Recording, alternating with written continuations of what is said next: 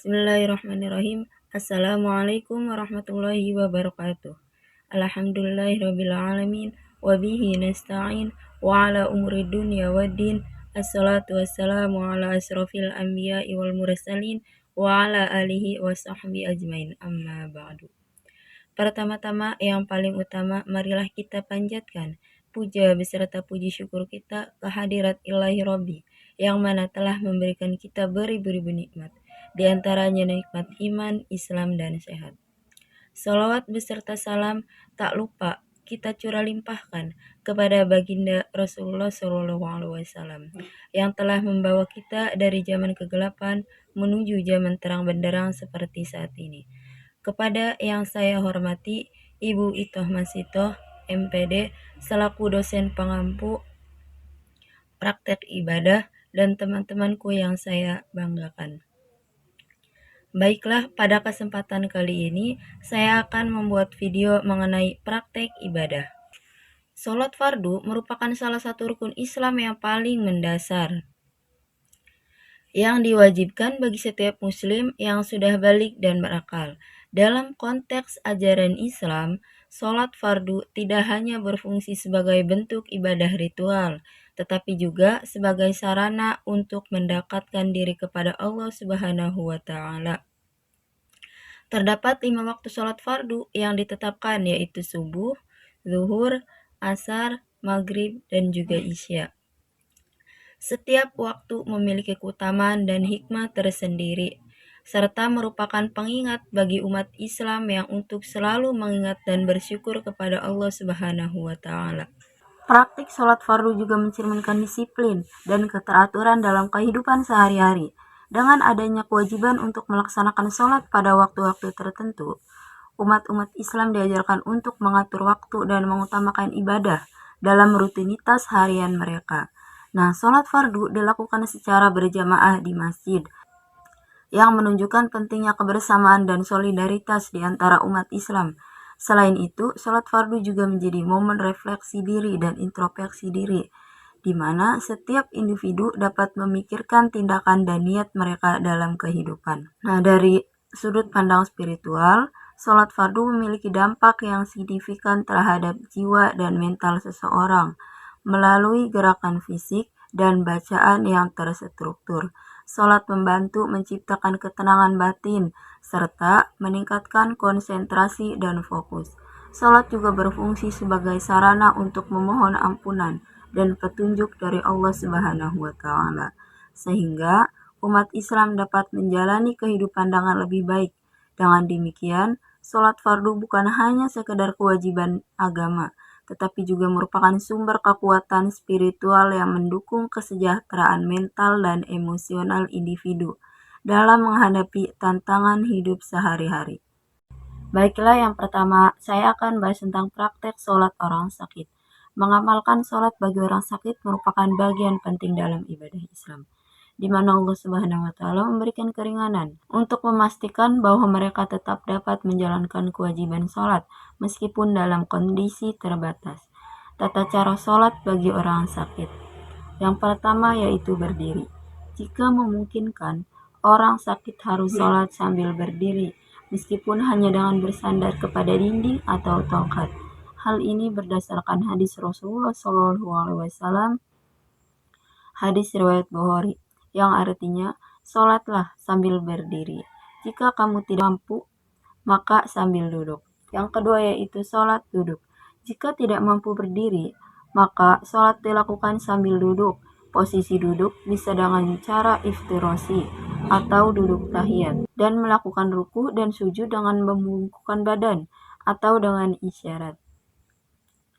Yang ketiga yaitu sholat berbaring. Apabila tidak bisa duduk, sholat dapat dilakukan dengan posisi berbaring miring ke kanan, menghadapkan ke kiblat, dan ruku dan juga sujud cukup dengan menganggukkan kepala.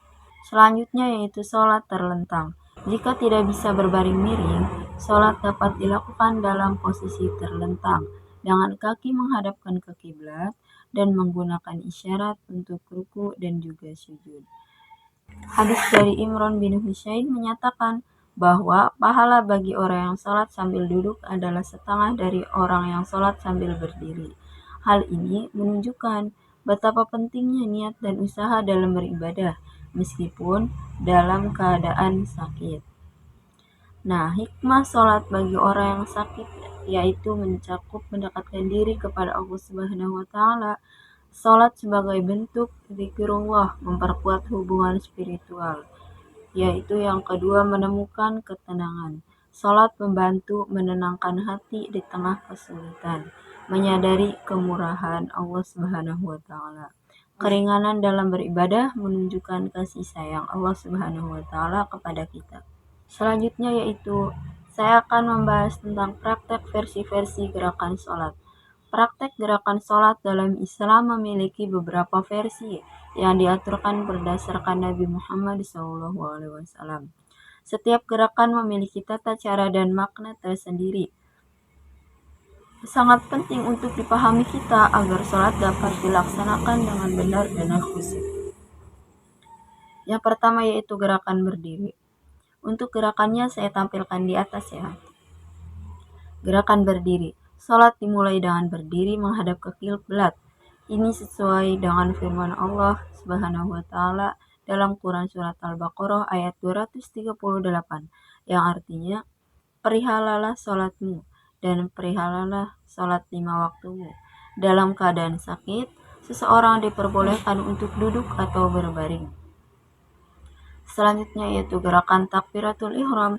Nah, setelah gerakan niat, selanjutnya adalah takbiratul ihram, mengangkat kedua tangan hingga sejajar dengan bahu atau telinga. Yang selanjutnya yaitu ruku. Ruku dilakukan dengan membungkukkan badan, menjaga punggung rata dan kepala lurus. Hadis menyebutkan Allah tidak melihat seorang hamba yang tidak menegakkan tulang punggung ketika ruku dan sujud. Hadis riwayat Ahmad. Setelah ruku, i'tidal dilakukan dengan berdiri tegak sejenak sebelum sujud. Ini penting untuk menjaga kesempurnaan sholat. Sebagaimana dinyatakan dalam hadis, Allah Subhanahu wa Ta'ala tidak akan memandang pada sholat seorang yang tidak menegakkan tulang rusuknya antara ruku dan sujudnya, yaitu gerakan i'tidal. Selanjutnya yaitu sujud. Sujud adalah posisi terendah dalam sholat, di mana 7 anggota tubuh halus menempel ke tanah, dahi, hidung, kedua telapak tangan, kedua lutut, dan kedua ujung kaki. Rasulullah SAW bersabda, sujudlah dan tuma'ninalah ketika sujud. Selanjutnya yaitu duduk di antara dua sujud. Setelah sujud pertama, duduk di antara sujud dilakukan dengan tenang dan tuma'ninah. Ini penting untuk menjaga konsentrasi dalam sholat. Nah, gerakan tambahan. Dalam beberapa kondisi darurat, seperti menggendong anak atau membuka pintu, gerakan tambahan diperbolehkan, asal tidak mengganggu kekhusyuan sholat. Namun, gerakan yang banyak tanpa jeda dapat membatalkan sholat. Selanjutnya saya akan bahas tentang praktek versi-versi bacaan sholat. Sholat 5 waktu merupakan ibadah yang paling utama. Untuk itu setiap muslim haruslah paham mengenai bacaan sholat dari awal hingga akhir. Bacaan yang pertama yaitu niat. Setiap amalan dimulai dengan niat. Dalam sholat, niat merupakan salah satu rukun sholat yang wajib ada. Salah satunya yaitu contoh niat sholat subuh. Usolli fardhu subhi raka'ataini mustaqbilal qiblati ada lillahi ta'ala. Yang kedua yaitu takbiratul ihram. Setelah membaca niat, dalam keadaan berdiri tegak dengan menghadap ke kiblat, lalu mengangkat kedua tangan untuk takbir seraya membaca Allahu Akbar. Nah, selanjutnya yaitu bacaan iftitah. Setelah mengucapkan takbir pertama, selanjutnya membaca doa iftitah, yaitu yang berbunyi Allahu Akbar kabira walhamdulillahi katsira wa subhanallahi bukratan wa asila inni wajahtu wajhiya lilladzi fataras samawati wal ard hanifan musliman wa ma kana minal musyrikin. Inni salati wa nusuki wa mahyaya wa mamati lillahi rabbil alamin la syarikalah wa bidzalika umirtu wa ana minal muslimin. Selanjutnya yaitu membaca surat Al-Fatihah. Dalam sholat wajib hukumnya untuk membaca surat Al-Fatihah. Sebab Al-Fatihah menjadi salah satu rukun sholat yang harus dipenuhi. Bacaan surat Al-Fatihah yaitu A'udzu billahi minasyaitonir rajim. Bismillahirrahmanirrahim. Alhamdulillahi rabbil alamin. Ar-Rahmanir-Rahim. Maliki yaumiddin. Iyyaka na'budu wa iyyaka nasta'in. Ihdinas siratal mustaqim. Siratal ladzina an'amta 'alaihim ghairil maghdubi 'alaihim waladdallin. Amin. Selanjutnya yaitu membaca surat pendek. Setelah membaca surat Al-Fatihah, maka selanjutnya disunahkan untuk membaca salah satu surat pendek yang ada dalam Al-Quran. Contohnya yaitu surat Al-Kafirun. Mari kita baca bersama-sama. Bismillahirrahmanirrahim. Qul ya ayyuhal kafirun. La a'budu ma ta'budun.